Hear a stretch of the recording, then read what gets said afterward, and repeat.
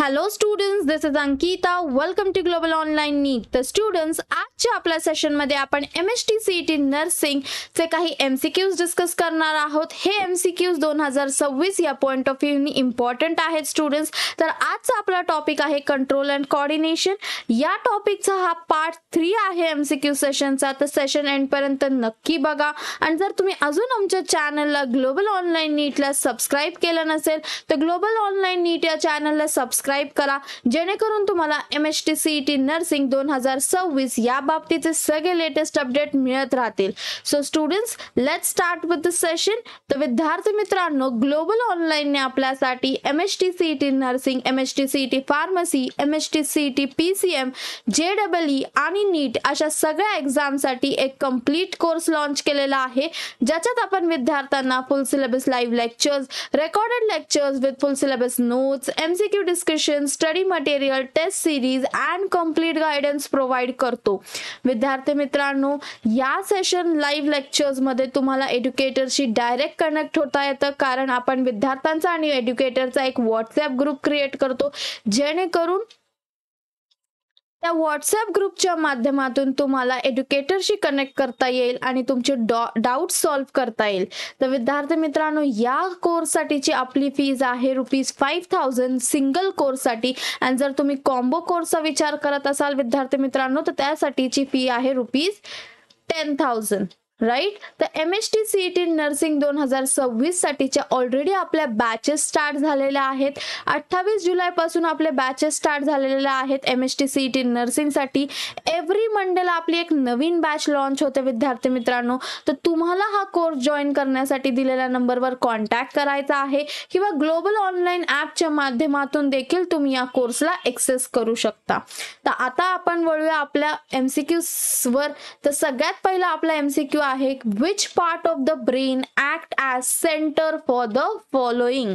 विद्यार्थी मित्रांनो, हे लक्षात घ्या की जेव्हा पण तुम्ही MCQ सॉल्व्ह करताय, मेक शुअर की तुम्हाला क्वेश्चन व्यवस्थितपणे कळलेला आहे. जर तुम्हाला क्वेश्चन एकदा वाचून कळलेला नसेल तर तुम्ही तो क्वेश्चन दोनदा वाचा, त्याचे ऑप्शन व्यवस्थित बघा आणि मग ते क्वेश्चनचा आन्सर टिक करा. कारण असं बऱ्याचदा होतं विद्यार्थी मित्रांनो, मुलं क्वेश्चन वाचून गडबडतात आणि त्या गडबडीत ते चुकीचा आन्सर सिलेक्ट करतात. तर न गडबडता तुम्हाला काय करायचं आहे, एक क्वेश्चन दोनदा वाचायचा आहे, जेणेकरून तुम्हाला क्वेश्चन व्यवस्थित समजेल. तर which part of the brain act as centre for the following.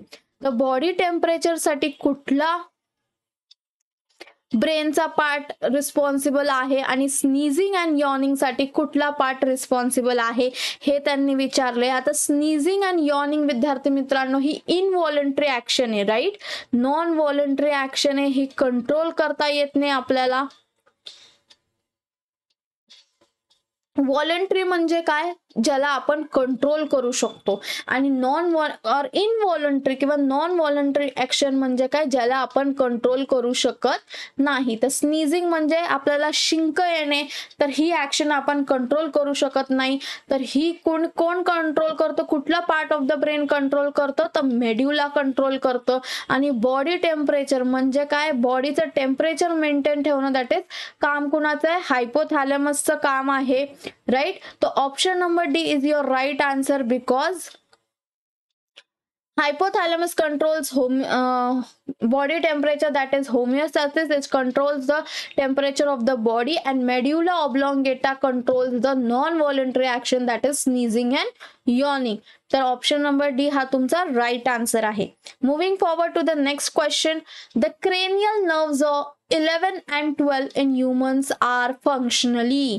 आता क्रेनियल नर्व्स जे 11 नंबर आणि 12 नंबरचे ज्या क्रेनियल नर्व्स आहेत त्या कुठल्या आहेत.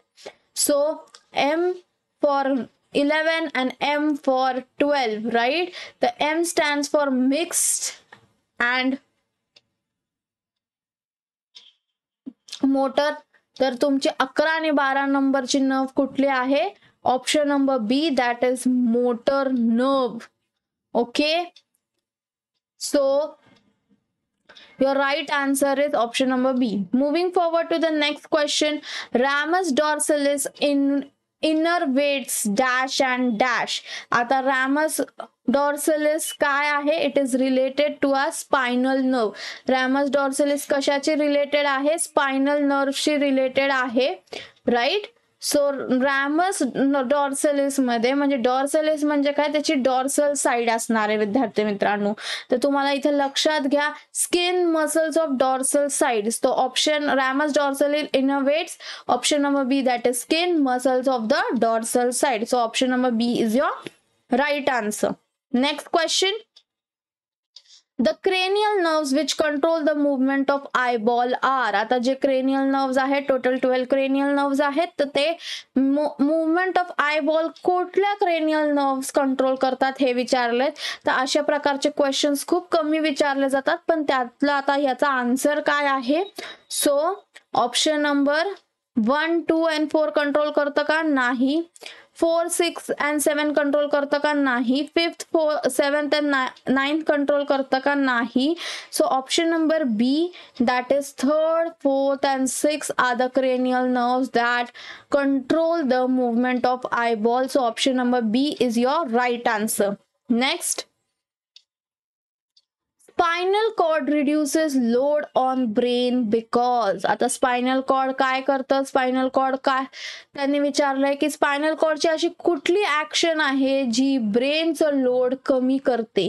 So option here is, it acts as a centre for many reflex action, it acts as a bridge between brain and body, right. आहे, ब्रिज आहे स्पायनल कॉर्ड आपला. It has 31 pairs of nerves and all of this. तर जर तुम्ही व्यवस्थित वाचले विद्यार्थी मित्रांनो, तर ऑल ऑफ दिस सिलेक्ट करू नका लगेच, कारण त्यांनी काय विचारले? Reduces load on brain, right. तर हे तर आहे, ब्रेन अँड बॉडीचा ब्रिज आहे, 31 पेअर्स ऑफ नर्व्स आहेत, पण सगळ्यात जास्त काय म्हणतो आपण, जास्त वजन देणारी किंवा जास्त वेटेज देणारी गोष्ट कुठली आहे याच्यात? की स्पायनल कॉर्ड काय करते? It acts as a centre of reflex action, right. आता रिफ्लेक्स ऍक्शन म्हणजे काय असते विद्यार्थी मित्रांनो? सी, जर तुम्ही एखादा गरम भांड्याला अचानकपणे हात लावला, इमिजिएट काय होतं? आपल्याला गरम वाटतं म्हणून आपण हात मागे घेतो. सो जेव्हा आपण तो हात मागे घेतो, that is called as the reflex action. तर इमिजिएटली काय होतं?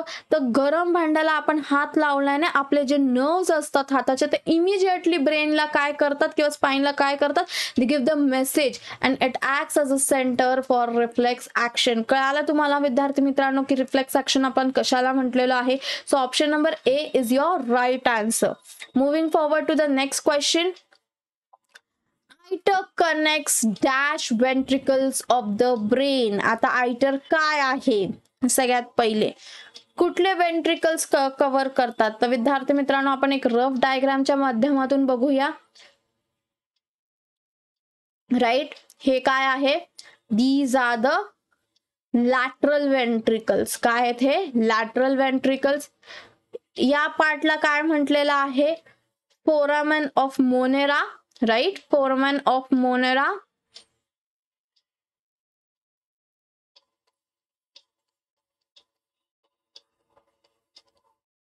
ही कुठली वेंट्रिकल आहे आपली विद्यार्थी मित्रांनो? 3rd वेंट्रिकल आहे, आणि त्याला एक कनेक्शन आहे, that is joining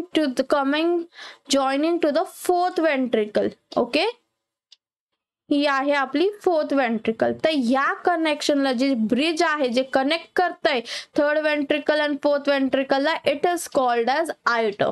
okay, so याचं काय? Iter connect dash ventricles of the brain, so it connects the 3rd and the 4th ventricle. So option number B is your right answer. Next, each cerebral hemisphere is divided into. आता cerebral hemisphere हा word कुठे used आहे? Brain मध्ये, right. Total किती hemisphere असतात ब्रेनला? That is किती lobes present आहे ब्रेन मध्ये? Parietal lobe, right.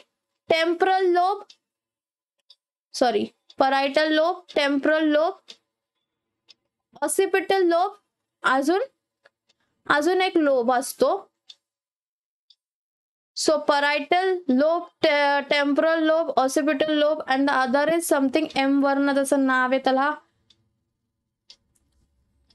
सो या प्रत्येक लोबच्या मध्ये काय आहे, एक एक सल्काय प्रेझेंट आहे. ओके, आता हा रफ डायग्राम आपण काढतो. Each cerebral hemisphere is divided into 4 lobes तर आहेत, हे तर कन्फर्म आहे. 2 sulci का 3 sulci? So option number B is your right answer. Each cerebral hemisphere is divided into 4 lobes by 3 sulci. Is it clear, students? Yes. That is temporal lobe,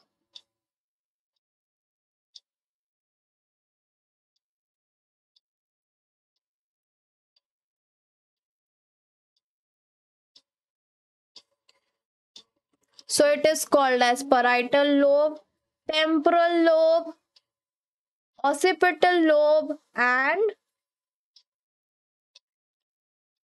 frontal lobe, right? M पासून नाहीये विद्यार्थी मित्रांनो, I just got confused here. It is called as frontal lobe, जे front region ला असतं. parietal जे side ला असतं त्याला temporal आणि जे मागं असतं त्याला occipital. So each cerebral hemisphere is divided into 4 lobes. Is it okay, students? Next, choose the incorrect option regarding white matter of the brain. आता व्हाईट मॅटर जे आहे ब्रेनचं त्याच्यापैकी इनकरेक्ट ऑप्शन आपल्याला चूज करायचंय. Right, this is our neuron. Right, असा आपला neuron असतो basically. What is happening, it is connected. इथे डेंड्राइट्स प्रेझेंट आहेत, इथे मायलिन शीट्स प्रेझेंट आहेत आणि दिस मायलिन शीट्सच्या रिजनला आपण काय म्हणतो, white matter. Right, so white matter of the brain is white in color. White matter of the brain is mostly formed of medullated nerve fibers. White matter of the brain is formed of cell bodies of nerve fibers. So काय correct option आहे याच्यापैकी, white in colour correct आहे. Next, formed of cell bodies आहे का, sale बॉडीनी बनलंय का white matter. White matter इथे आहे. This part is called as the cell body. जे कनेक्शन जिथे मायलिन शीट आहे त्याला आपण सेल बॉडी म्हणत नाही. So first statement is correct, second statement is correct. आता मुलांनो लक्षात ठेवा, तुम्ही इथे कन्फ्यूज व्हाल. आपण काय करतोय, करेक्ट स्टेटमेंट वर फोकस करतोय, पण आपल्याला विचारली गेली आहे incorrect statement. So option number 3 is your incorrect statement. So option number D, that is third only, is your right answer. येत्या विद्यार्थी मित्रांनो लक्षात घ्या की तुम्हाला क्वेश्चन मध्ये नेमकं विचारलं काय. आपण फक्त करेक्ट स्टेटमेंट वर आतापर्यंत फोकस करत होतो, पण आपल्याला विचारली गेली आहे क्वेश्चन मध्ये इनकरेक्ट ऑप्शन. तर आपल्याला काय करायचं आहे, तर आपल्याला इनकरेक्ट ऑप्शन वर फोकस करायचा आहे. So option number D, that is third only, that is white matter of the brain is formed of cell bodies of nerve fibres is your right answer. कारण जी व्हाईट मॅटर आहे ते sale बॉडीनी बनलेलं नाहीये. Next, which of the above statement is are correct of human brain. आता human brain ची correct statement काय आहे, ग्रे मॅटर. इथं करेक्ट विचारले. आता बघा लास्ट क्वेश्चन काय होता, इनकरेक्ट विचारलं होतं. पुढचा क्वेश्चन आपल्याला विचारलाय correct statement about the human brain. Right,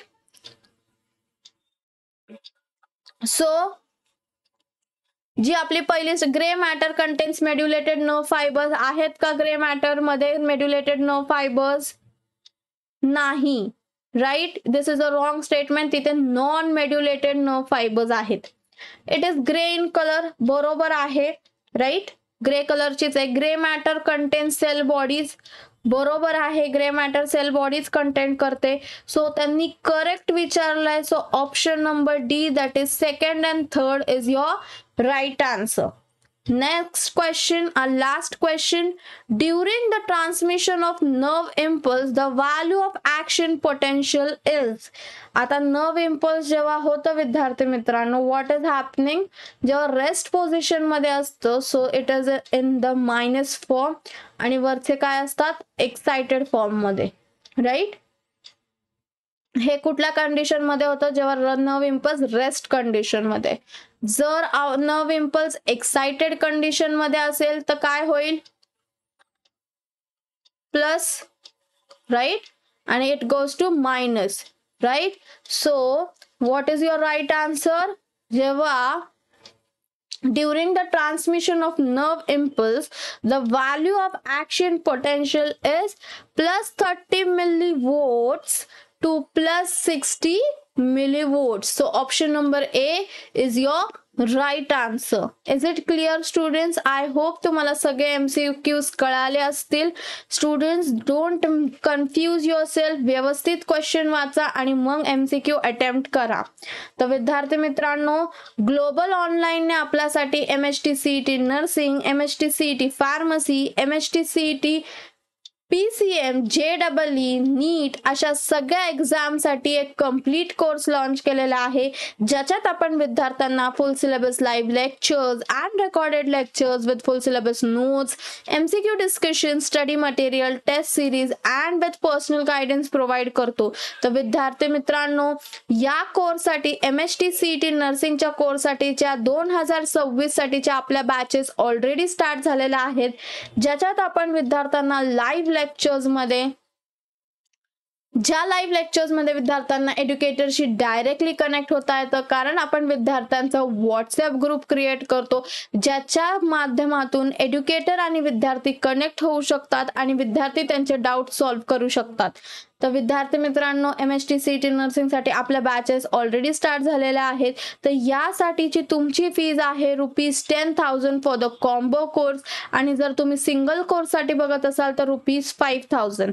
तर तुम्हाला हा कोर्स जॉईन करण्यासाठी दिलेल्या नंबरवर कॉन्टॅक्ट करायचा आहे, किंवा ग्लोबल ऑनलाईन ॲपच्या माध्यमातून देखील तुम्ही या कोर्सला ऍक्सेस करू शकता. तर आता आपण बघूया की ग्लोबल ऑनलाईन ॲपच्या माध्यमातून आपण कशा प्रकारे ऍक्सेस करू शकतो.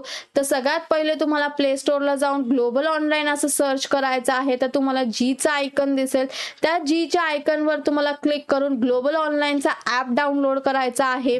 एकदा की तुम्ही ग्लोबल ऑनलाईनचा ॲप डाउनलोड केला तर तो ओपन करून तुम्हाला स्वतःला रजिस्टर करून घ्यायचंय. तुमचं नाव आणि मोबाईल नंबर टाकून तुम्ही एकदा स्वतःला रजिस्टर केलं तर तुम्ही या पेजला रिडायरेक्ट व्हाल.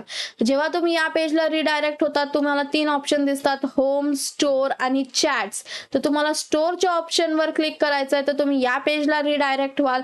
तिथे तुम्हाला वरती सर्च बार मध्ये तुम्हाला जो कोर्स हवाय त्याला ते टाईप करायचं. जर तुम्ही नर्सिंग कोर्ससाठी बघत असाल तर नर्सिंग टाईप करा, जर तुम्ही कॉम्बो कोर्ससाठी बघत असाल तर कॉम्बो टाईप करा, जर तुम्ही फार्मसीसाठीचा कोर्ससाठी बघत असाल तर फार्मसी टाईप करा. तर तुम्हाला तिथे तो कोर्स विजिबल होणार आहे. तर अशा पद्धतीने तुम्ही ग्लोबल ऑनलाईन ॲपच्या माध्यमातून देखील या कोर्सेसला ॲक्सेस करू शकता. विद्यार्थी मित्रांनो, जर तुम्हाला माझा व्हिडिओ आवडत असेल तर माझ्या व्हिडिओला लाईक करा, आणि जर तुम्ही अजून आमचं चॅनल ग्लोबल ऑनलाईन नीटला सबस्क्राईब केलं नसेल तर ग्लोबल ऑनलाईन नीट या चॅनलला सबस्क्राईब करा, जेणेकरून तुम्हाला MHT CET नर्सिंग 2026 या बाबतीचे सगळे लेटेस्ट अपडेट मिळत राहतील. And don't forget to press the bell icon students. आणि तुमचे जे फॅमिली, फ्रेंड्स, रिलेटिव्स आहे जे MHT CET नर्सिंग 2026 आणि इत्यादी सगळ्या एक्झामसाठी प्रिपेअर करत आहेत, त्यांना हा व्हिडिओ नक्की शेअर करा, जेणेकरून त्यांना त्यांच्या फ्युचर प्रिपरेशनसाठी हेल्प होईल. Thank you students.